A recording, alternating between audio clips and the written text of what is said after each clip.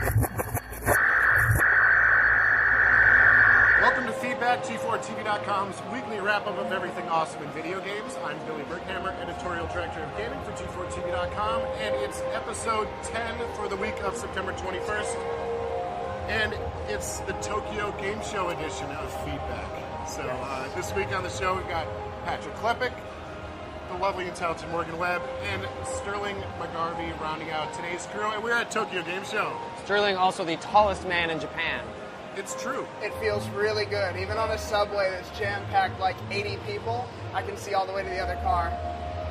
So now, you've never been to Tokyo before? Never been to Tokyo, Japan. It? Yeah, no, I mean, where we've been staying and traveling to and from is Shibuya, which is like, you've seen Lost in Translation, like your stereotype of Japan is Shibuya. So for my first time to be in Japan, to be Shibuya, it's just been so overwhelming and loud and noisy. It's the complete opposite of America in so many ways, and it's been really cool so far. Now, you guys have been before, but are you having a good time here in Tokyo? I have. This is my second TGS. It's been really fascinating to see how, in 1 year's time, just the way the show has changed, the way it's transformed. It's lost a little bit of weight, but it's still looking good.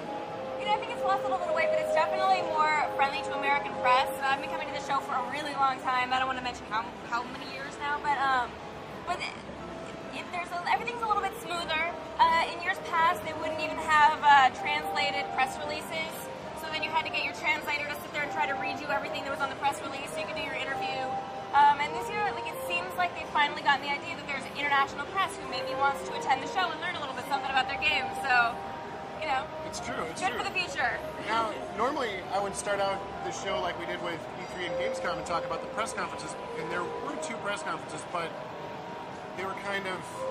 I got the short end of the stick. I had to go to the Kazurai keynote where, I mean, he just brought out the wand, and that was about it. But then Sterling got to go to the more exciting one where there was actual announcements. I love how you call it the short end of the stick. At least yours had a translator on Fair the enough. headset. We have a little angel in the audience who managed to help me out with the translation on mine. I still owe her a beer. But overall, it was just, I don't know. I mean, it seemed like the ball was in Sony's court. This is their home turf, and the ball kind of got dropped. I expected so much more out of it. I think what it is maybe at this show is like Sony is not competing against Microsoft here. Microsoft is not a big console in Japan. I mean, I've heard various reasons for why it doesn't have traction.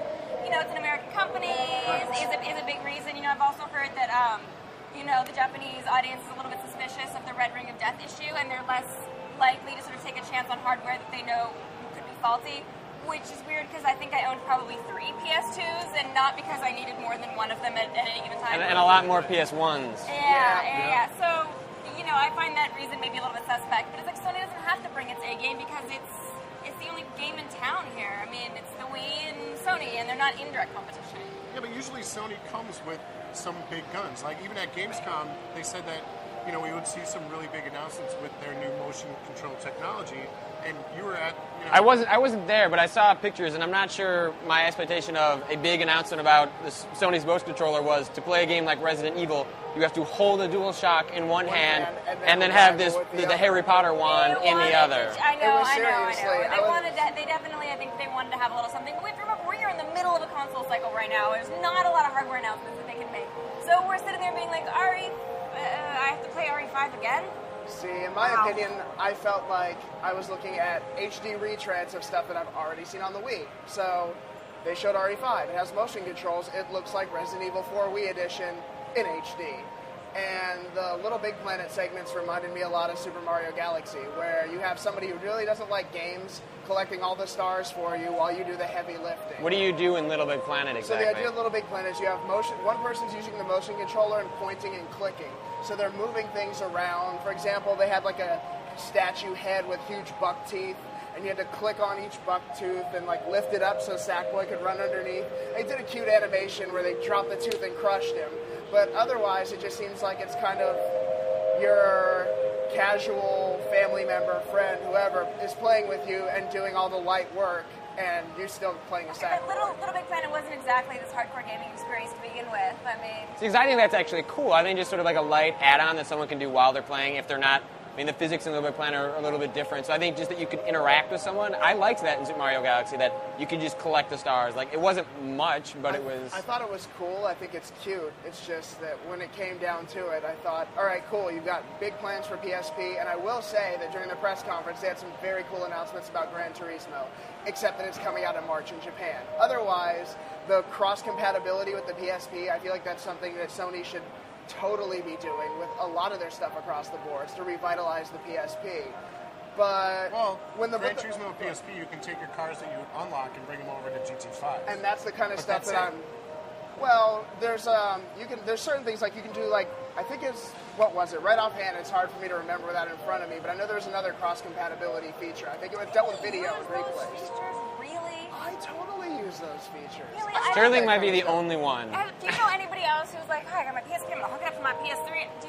I use remote play. I feel like it's cool that it's there, but Exactly. I'm never going to use but it. I'm not the kind of person who's necessarily going to take advantage of that. Exactly. I'm sitting in my house and I don't want to go look for my PSP.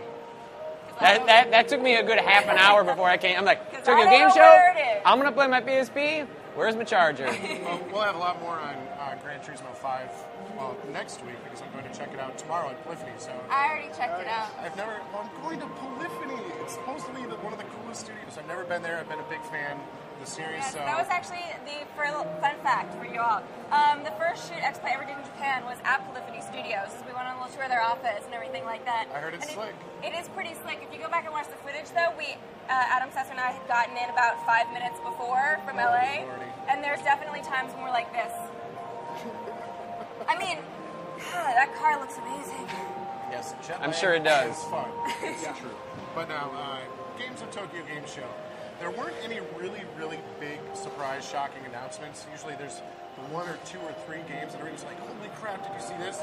But, there were still a lot of really good games. You said you saw a lot of games in the Capcom booth that you really liked, Sterling. It's funny because as you're talking about how you didn't have your PSP prepped for the flight, I brought my DS, I brought my PSP. I barely played both of them because iPhone has completely dominated all of my portable gaming time.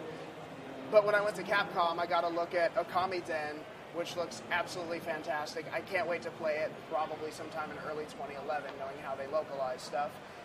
And the really big surprise was Ghost Trick, which was the Ace Attorney team, apparently. They're doing a game in which you play as like a dead guy and jump into objects, and you have all these different, like, it's almost like a Rube Goldberg contraption where you're a ghost inhabiting like a ladder, and you make the ladder fall out, and it makes a guy trip, and it scares the crap out of him, and so he runs away. And it's like just really clever, unique ideas, and that's what I love about Tokyo, and that's what I love about the Japanese gaming industry, is some of like the ingenuity and creativity that you see in their games, as opposed to the 38 billionth JRPG. See, the problem, the complete opposite to that is, like, I don't know if I was the only one that saw Tecmo's Quantum Theory, like their Gears of War looking game, which saw it. Like Gears of War with like a smear of poop over it. Like it's. How do you really feel? It's don't hold back.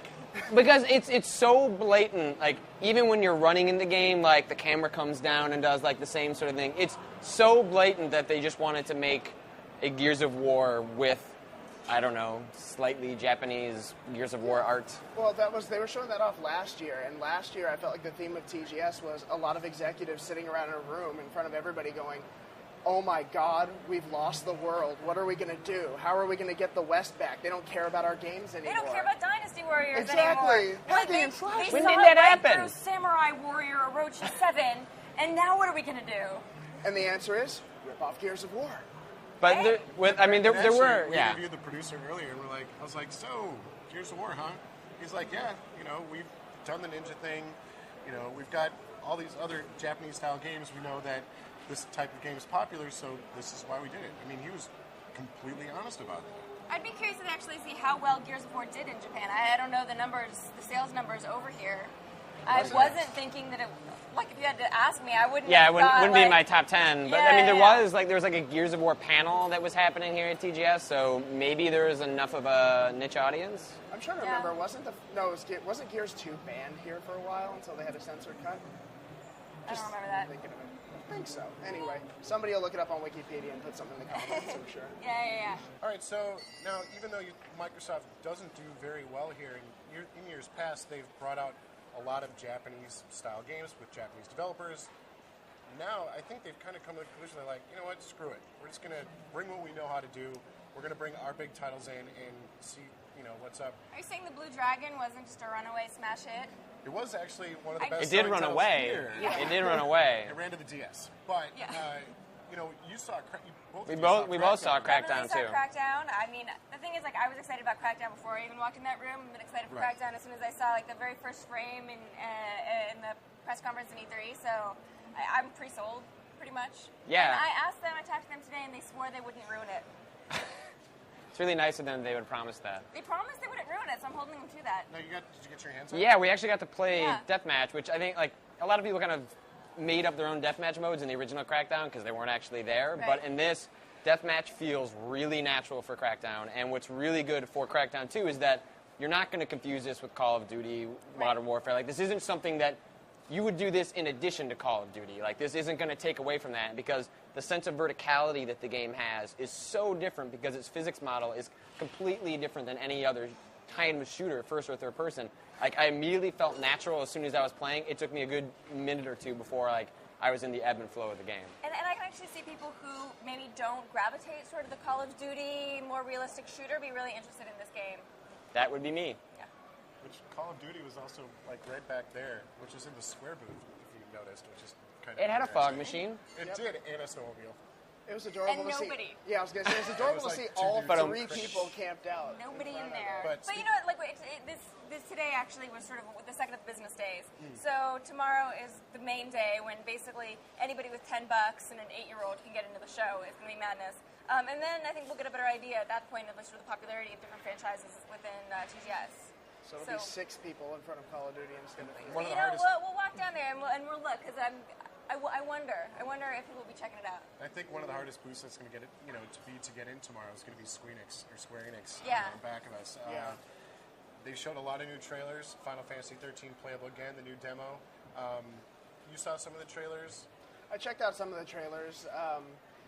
Nier looks kind of peculiar. Like, it seems like they're trying to go for a very Square Enix style hack and slash, Devil May Cry, Bayonetta, God of War, you name it, Wolverine, whatever hacking, slashing, blood wrenching action game with that kind of very RPG, Square Enix art style. They have it playable over at Microsoft's booth. I didn't get a chance to get over there today and check it out. I'm going to brave the crowds tomorrow to get some Nier time. Good luck. It's been nice knowing you. In my I'll still be the opinion- tallest man amongst the thousands. In my opinion, there were 2 games in their booth that absolutely blew me away. The new trailer for Final Fantasy 13, which Raven saw at the event, a couple weeks ago. I had never seen it before, and nobody's going to see it for a while because Square never really lets their trailers out too much. But it was honestly one of the most breathtaking visual things I've ever seen in CG. And I know every time I mention 13, you kind of go, yawn. But it's, holy crap. It's just, for a Final Fantasy fan and someone who just appreciates, like, fine CG, and nobody can do it better than Square Enix. But their character models are so weird and unattractive and Because it's weird, like, all the things you're... I will disagree with the unattractive. They're Unattractive. beautiful. weird. Beautiful. Just, Beautifully, like, technically no, done? te- Because, exactly. like... I mean, technically done. Technically very beautiful. Like, I see that you could... I just, personally, I find the art style, I don't find it attractive. Like, Yeah, having seen the trailer and then having played the game, which is all in Japanese, so I can't make any sort of judgment about, like, sure, the menus work and it makes for some pretty moves, but, like, it's hard to make, and, like, yeah, the CG's great, it looks good in game, but, like, I'm not attracted to the character. yeah, I don't I'm want to not, be that character, and I don't want to play through it's that hard to game. get any sense of the when game. that comes out next year, I have a very good feeling about it. I'm just saying. So, But do you think it's going to be popular with the American audience? Sure. I mean, obviously, there's the Final Fantasy series. Like, I understand that there's a subgenre. I feel like there's no way that game is going to come, like, expand beyond that audience at all. well, the other game, which I know I'm just waiting for you. Let's to just give me- go. Let's Fine. go straight from Final Kingdom Fantasy to the Hearts. better one. Birth by Sleep. I played it. It's Go. awesome. I know JP over there. Every time I say Kingdom Hearts, you're in the room, which is great. So it's excellent. 3 new characters. It's a prequel. It looks fantastic on the PSP. It does look really good. And again, they have a bunch of Disney environments that I want to walk through, but I don't want to play the game. Like but maybe there's an Hate evolution Disney. here. Hate it. Really? What? You're in the wrong country. They kind of like it here. They do, and that's good for them. So I guess you made the stink face when you were on your way up here from Tokyo Disney then, right? I passed it right by. I've actually been to Tokyo Disney because I think it was Koei gave us sort of a tour of it one year. And we did like a, some sort of junket thing for some game that I obviously don't remember what it was. It made a really big impression on me. I don't really remember what game that was. So did anybody else check out Metal Gear Solid? I have not had a chance to download Peace Walker. Peace Walker available to download right in the Konami booth? Haven't had a chance yet. That's my plan tomorrow. Yeah, it's actually really fantastic. Co-op and single player, and apparently it's leaked online, so not only can you watch the first 15 minutes on G4TV.com, but you can probably find a copy of it somewhere online. Hey, now I'm happy that I found my PSP. Boom. No, it's actually fantastic. I mean, it's a sequel to 3, which I still think Metal Gear Solid 3 was one of the best ones. And we heard a rumor that it would be playable here at TGS, and not only that, they're giving the whole freaking demo. Which is how I feel like everybody should be doing with the PSP. If you want to show your game off, have it at a show, make it downloadable. They should do the same thing with the DS at a trade show. It saves you the lines and the headache. Yeah, they used to do that more. I haven't seen it in a while. It's true. But they do have the cute girls walking around with the PSPs to try. Oh, but like the PSP Go's tethered to themselves? Yes. I saw it, I was like, wow, there's got to be a walk around PSP Go's. And then you see the wire tethered to their hand. Yes. Someone should jack both of them. Just pick them up and run. You let me know how that goes. The girl and the PSP? Maybe I'll do that tomorrow on the public day. Nobody will see me. I'll just run through the crowd. It'll work. So if it were me, I'd be busted. So did you have a good show? Are you going to the public day tomorrow? Because that's no, absolutely. The crap hits the fan. No, I mean, they used to only have one business day. Thank God for 2 business days. We can actually get most of our stuff, most of our segments done, and then on the public day we can walk around and check out stuff we missed. Like I haven't seen Metal Gear yet, and go over and do that. Also, the cosplayers tomorrow are going to be ridiculous. You are in for a treat, Patrick. I am. And the excitement is glowing on my face. Because they put American cosplayers to the shame. lack of air conditioning in this freaking building. Seriously, next year, air conditioning. Please, just a little bit. Billy's having a bit of a meltdown. Yeah, this is... Literally, I literally mean he's melting. It is actually above the entire show floor, so all the heat from the show floor and the lights and the people and everything is just radiating up here. Yeah, I'll be interested just because I want to see... there's not enough people here to see what people are interested in, really. Like, it's like, oh, right, there's people waiting for Final Fantasy. So I'm curious to see, going over to, Microsoft's booth, what are people interested in? Yeah. What if that stuff is actually attracting them? What I'm going to be curious about is what's the reception going to be with Natal? Because I snuck out before we started taping to go check out Natal. I missed it at E3, and I could see through the little transparent green area where they had the little makeshift booth.